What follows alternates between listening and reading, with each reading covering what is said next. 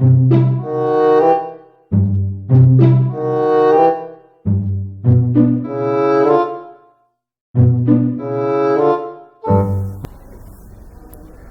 தேர்வுகளுக்கான இன்றைய முக்கிய நிகழ்வுகளை பார்க்கலாம். முதலாவதா, international day of victims of slavery and transatlantic slave trade. இதை பார்த்தீங்கன்னா உலகம் முழுக்க 25 மார்ச் மாதம் கொண்டாடுறோம். இந்த வருஷத்துக்கான தீம் என்ன சொல்லியிருக்காங்கன்னு பார்த்தீங்கன்னா, remembering slave, recognising legacy and contribution of people of African descent. So இதை இந்த வருஷத்துக்கான தீமாக கொடுத்துருக்காங்க. சிம்பிளாக சொல்லணும்னா, ஸ்லேவரிக்கு எதிராக போராடுற அந்த மக்களை ஊக்குவிக்கிற அந்த நாள் தான் இந்த நாள். இது 25 மார்ச் அன்னைக்கு நம்ம கொண்டாடுறோம்.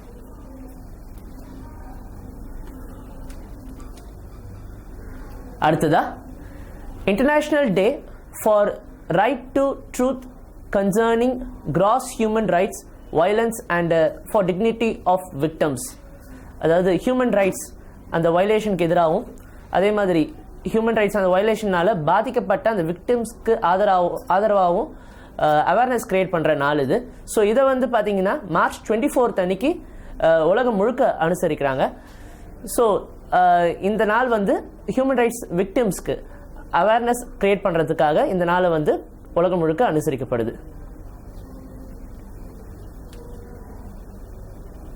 அடுத்ததா, இந்தியன் நேவி பேரக்ன்ற ஒரு short range surface to air மிசைலை சக்ஸஸ்ஃபுல்லாக டெஸ்ட் ஃபயர் பண்ணியிருக்காங்க. இதை ஐஎன்எஸ் விக்ரமாதித்யாலேருந்து இதை சக்ஸஸ்ஃபுல்லாக டெஸ்ட் ஃபயர் பண்ணியிருக்காங்க.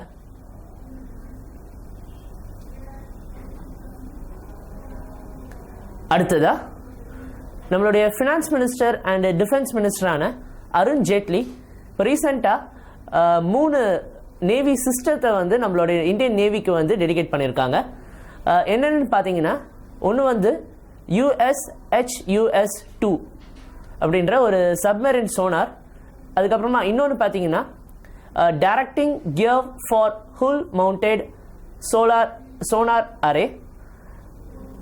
அதுக்கப்புறமா இன்னொன்று inertial navigation system for ships application. So இந்த 3த்தையும் நம்ம இந்தியன் நேவிக்கு டெடிகேட் பண்ணியிருக்காங்க. இது முக்கியமாக நம்ம மேரிடைம் செக்யூரிட்டி அதை பூஸ்ட் பண்ணுற விதமாக இந்த 3 செயல்படும் அப்படின்ற மாதிரி சொல்லப்பட்டிருக்கு. அடுத்ததா, வேர்ல்டு எக்கனாமிக் ஃபோரம் ரீசெண்டாக குளோபல் எனர்ஜி ரிப்போர்ட் 2017 ரிலீஸ் பண்ணியிருக்காங்க. இதில் இந்தியா 87th பொசிஷனில் இருக்குது.